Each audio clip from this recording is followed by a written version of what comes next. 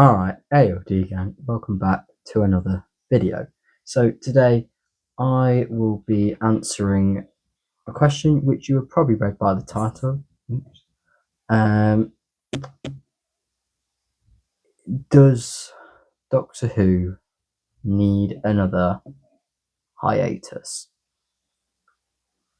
Well, to answer that, we need to break it down into some steps. We need to break down to see what's happened, and to see what the current state of the show is currently like, and where we go from where we are currently at. Where do we go after the events of the reality war? Well, okay, that's fine. Well, because the reality war has left us with many, many questions, some of which could include: is Disney still in the mix with BBC and Bad Wolf? Is Bad Wolf even still going to be producing and making Doctor Who? Will Russell T Davies stay as the showrunner, or should Doctor Who have something more like a writer's room, where different writers can share their own views and opinions on the episode and other people's writing to see if it's naff or to see if it's really good? Um, so before we go into those questions, we just need to answer the main question: what are the causes of this hiatus Doctor Who currently, well, is possibly going to be going into, or could even be in now? Well, you could say, and many people have said, this is all based on research that I've done a bit. It could be the introduction to the mass woke media within Doctor Who. Now, before you go spamming in the comments, yes, I know Doctor Who has always been woke. But the issue is with I think it's less of sort of the message that they're trying to put across, because I know it's left wing. I won't disclose what wing I am on here. I know Doctor Who is left wing, and Russell T Davies is. A lot of the cast are. A lot of the producer, all such are. So it's a left wing show, but you have got to take into consideration you're trying to. It at the end of the day, it's a fun sci-fi show for anyone to watch, not necessarily if you're left wing, right wing. Now, yes, Doctor Who has always been political since the first episode in 1963, but I think it's more to do with the writing and how it's executed. Such as, take Rose Noble for an example, a trans character introduced in The Star Beast of the 60th anniversary in 2023. The daughter or son to Donna Noble, and granddaughter or grandson, whatever you want to say, to, I'm just trying to stay unbiased here, to Wilfred Mott Snowy. No, he's a great grandfather. Great grandfather to Wilfred Mott and to Sylvia. Okay, right. But take that character. Question yourself, what really did Rose Noble do throughout the 60th? What did Rose Noble do? Yes, Rose Noble served as a a plot device, really, to stop the meta crisis and the regeneration stuff with the Doctor Donna stuff with Donna and the Doctor.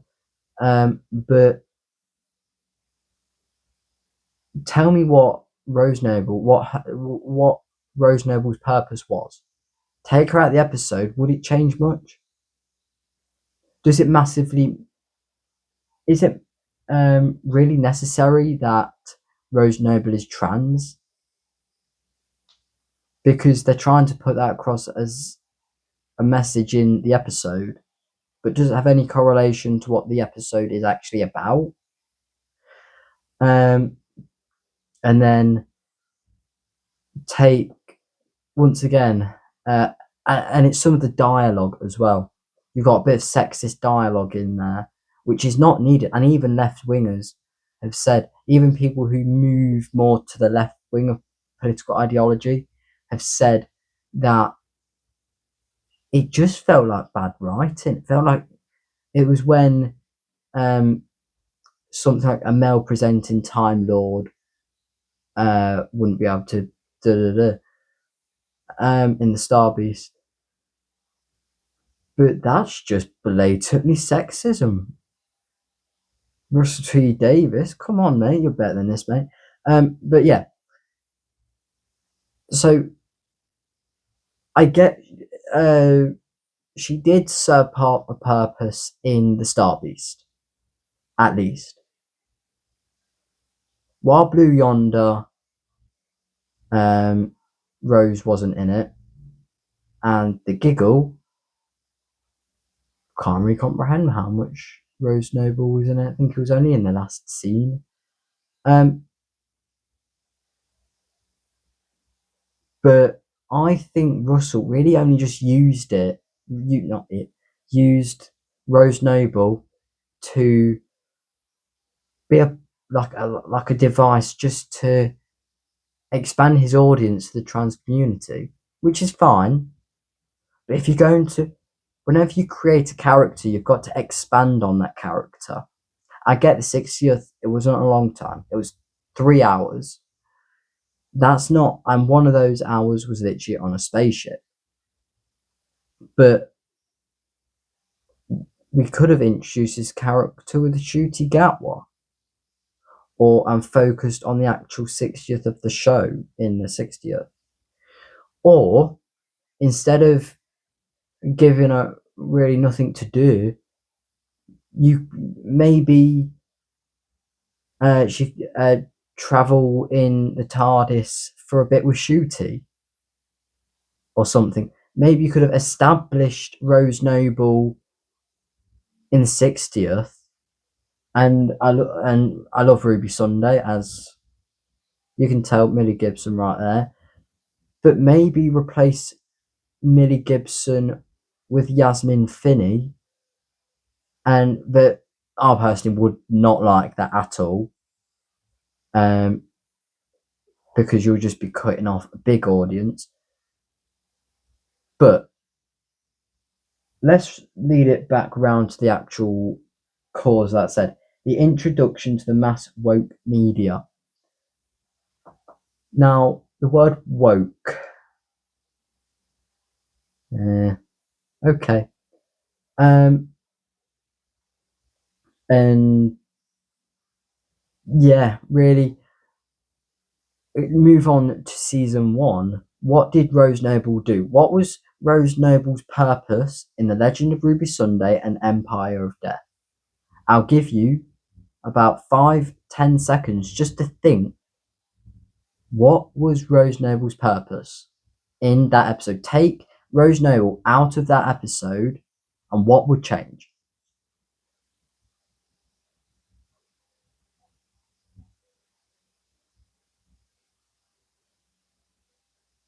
Yeah, I gave you a bit of time. Absolutely nothing. Rose Noble did not have a purpose in season 1. And to be honest, that sort of just proves that Russell T Davies was just using Rose Noble as more of a device just to say, oh look, we've got trans characters, we are progressive, we're Pride, which okay, but you're already putting across Pride with Shooty Gatwa. Sure. Because Rose Noble was just kind of there. It's kind of to say it should, and you could say Rose was kind of just there in replacement for a David Tennant or Donna or Catherine Tate cameo, which is fair enough. Obviously, David Tennant and Catherine Tate are quite expensive, and fan service as well. That's another thing. But yeah, that's one of the causes I have seen across social media. Another cause possibly is what I've thought of storylines ending too quickly. Like I said, like you could have expanded on Rose Noble. You could have Belinda Verada Sethu is brilliant. But I think Millie Gibson Ruby Sunday should have been the main companion for season 2. Or should have done sort of some more episodes where she actually travelled in the TARDIS. Kind of a bit like with season 4, series 4, where Martha sort of travelled with the Doctor and Donna for a little bit. Because obviously you had the 2-part Sontaran episode, and then you had the Doctor's daughter. So yeah, don't end storylines too quickly. And when I also mean storylines, I do also mean ending characters as well, like Sutek, just dragging him through the vortex. Great. The Meep, pretty sure, just sent into prison. How convenient. That could have happened 30 minutes earlier in the episode. And a big one, Omega and the Ranis. I think I might do a separate video about that, but yeah, don't leave loose threads also to not be resolved.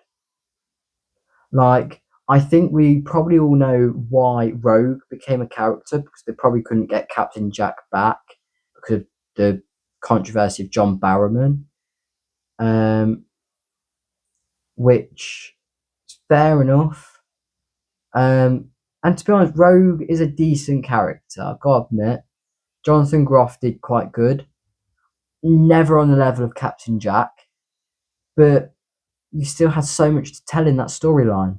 You could have actually tied it into Captain Jack and the Time Agency, possibly making for a Captain Jack return, possibly making for a Torchwood revival, or something like that.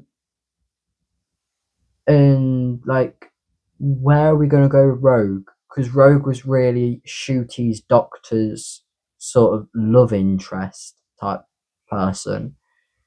Like obviously the 13th Doctor's was Yaz. 12th Doctor 12th Doctor's was River. 11th Doctor's was River. And I mean you could say Clara.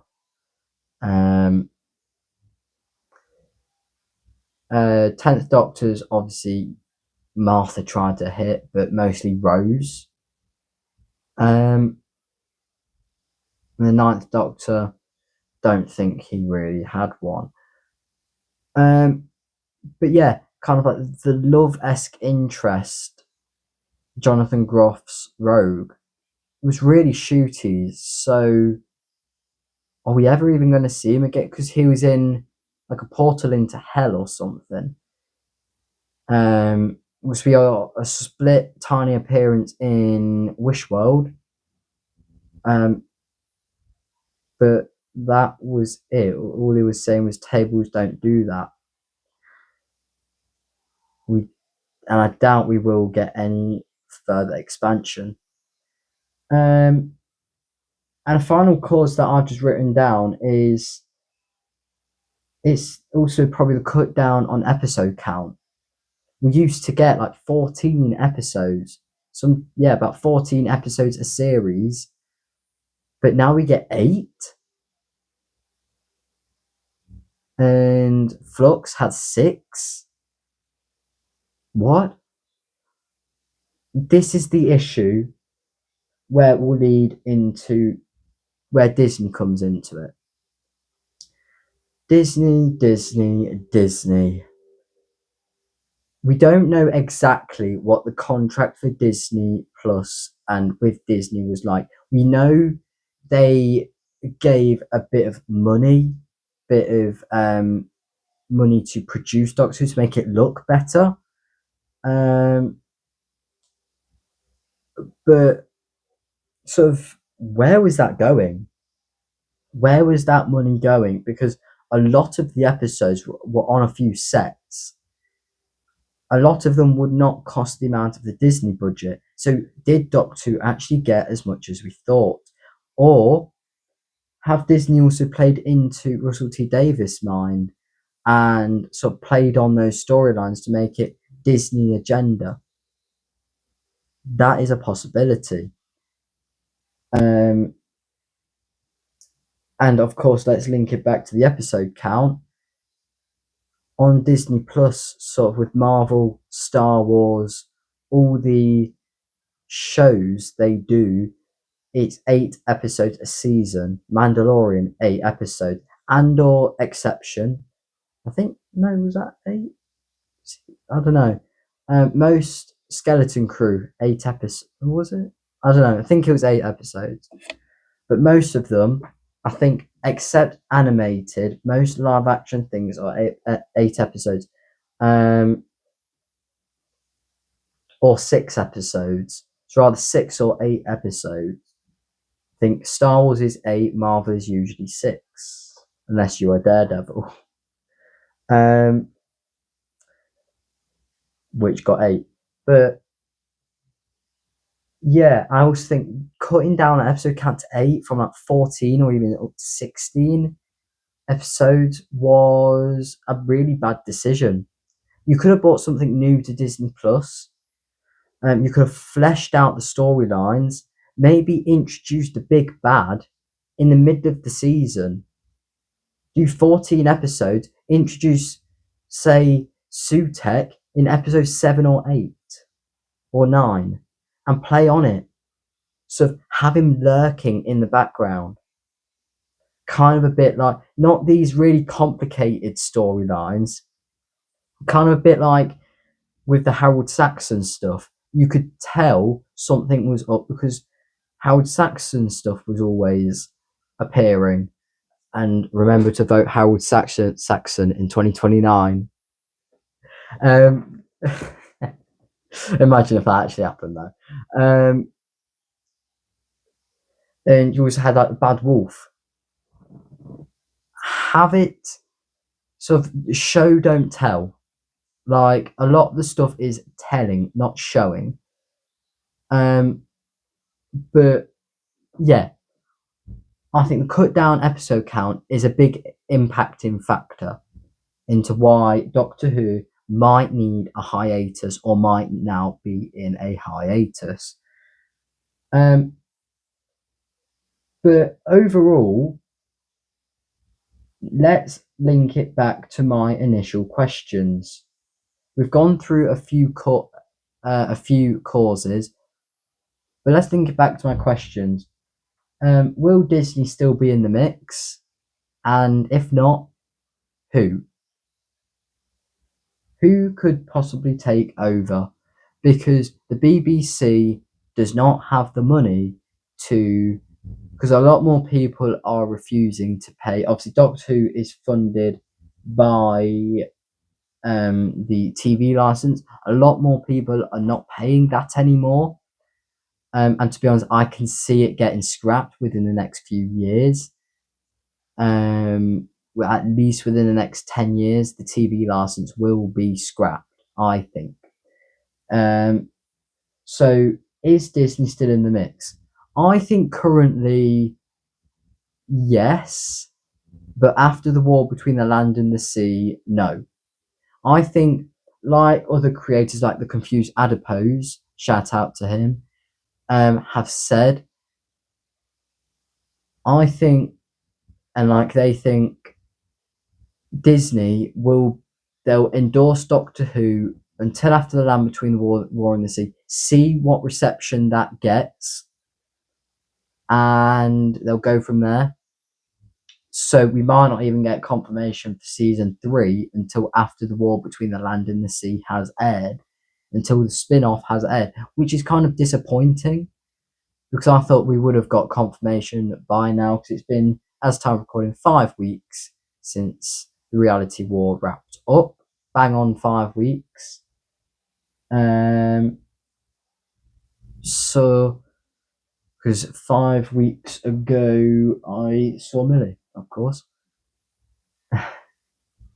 Best day ever. But yeah, Disney, I want them to go, really. I want someone like Netflix to take over. Now, hear me out. Netflix, look at the amount of success of shows Netflix has had compared to Disney's sort of on off sort of success with Marvel, Star Wars, and Disney's own stuff. And obviously, Disney is also pulling out of really doing shows like they've made The Mandalorian, technically Mando season 4 into The Mandalorian and Grogu. And many of the Marvel shows have been axed, been cancelled before they were even in production.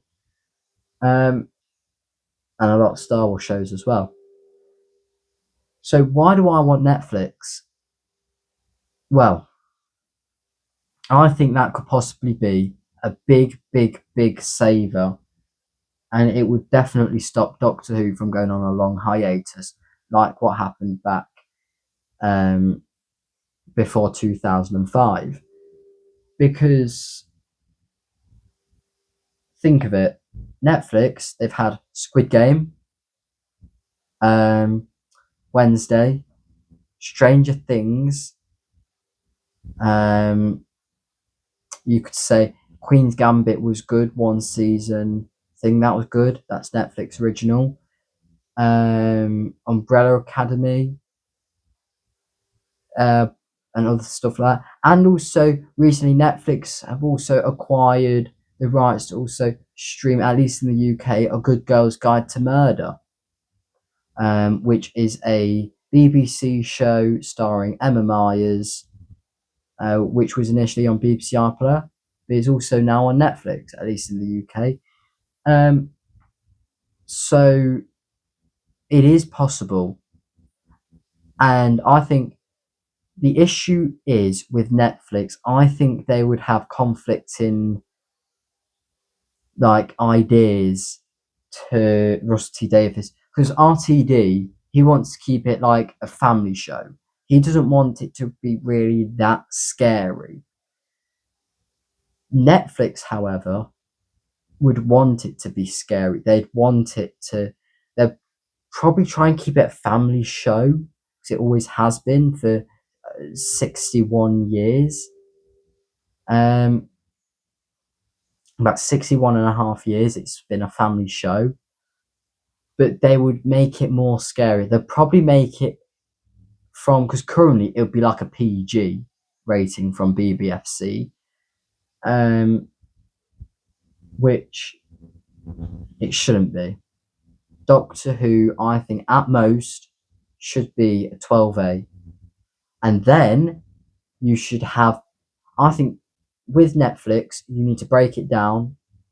You should have kids show, main show, more adult show, sort of like back when Rusty Davies won, you had Sarah Jane Doctor Who, Torchwood. But with the adulty show, make it 15 rated or even 18 rated. Make it dark. Make it probably not gory, but make it sort of really scary, more scarier than what the general audience would want. And I think Netflix would do that. They'll probably make it 15. But Doctor Who should be on, say, like, the level of Wednesday. I'd say about 12A, I would say. You have got the issue of Netflix. Would they bring in bigger actors? I don't want that. And that was probably another cause. Ncuti Gatwa. Bit too big name of an actor. You need someone a bit less known. Like Matt Smith, when he joined, no one knew who he was. So it's good and all getting these big actors, but once they see something else for triple the amount, they're out of there. Once they see something they can earn triple the amount of that cash, they'll be out of there, and then you're back in the same position where you're bringing someone like Billy Piper back. Like, why? Will Russell T Davies stay as showrunner, and will Doctor Who evolve into a writer's room? I hope so with the writer's room. Russell as showrunner, to be honest, I hope not.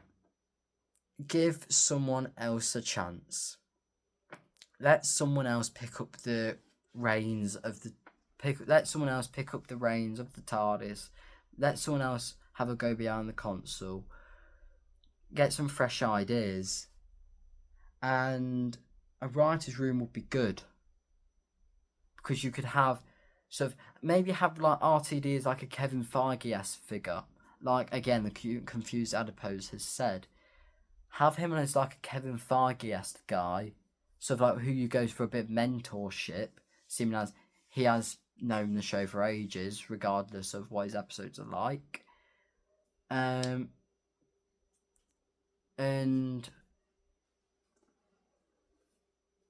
like, have a writer's room where they can share their views on stuff, they can share their opinions, and it doesn't matter what political background you come from. If you're left wing, fine. If you're right wing, fine. Have both political views coming into the show so the audience can make up their own mind.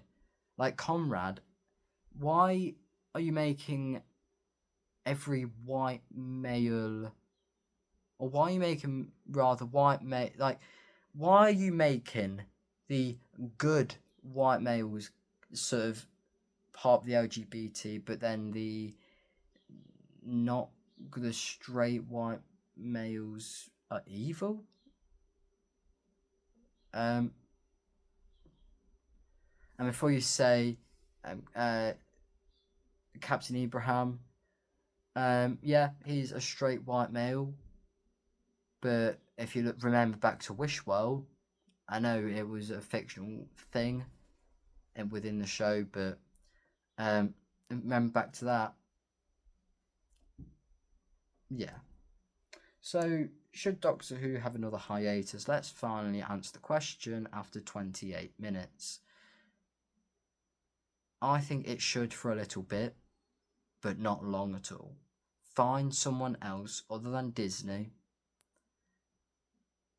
whether that's Netflix, HBO Max, Prime, although you'll probably have an advert right in the middle of the episode. If you're fighting off the Daleks and suddenly, welcome to Jet 2 holidays.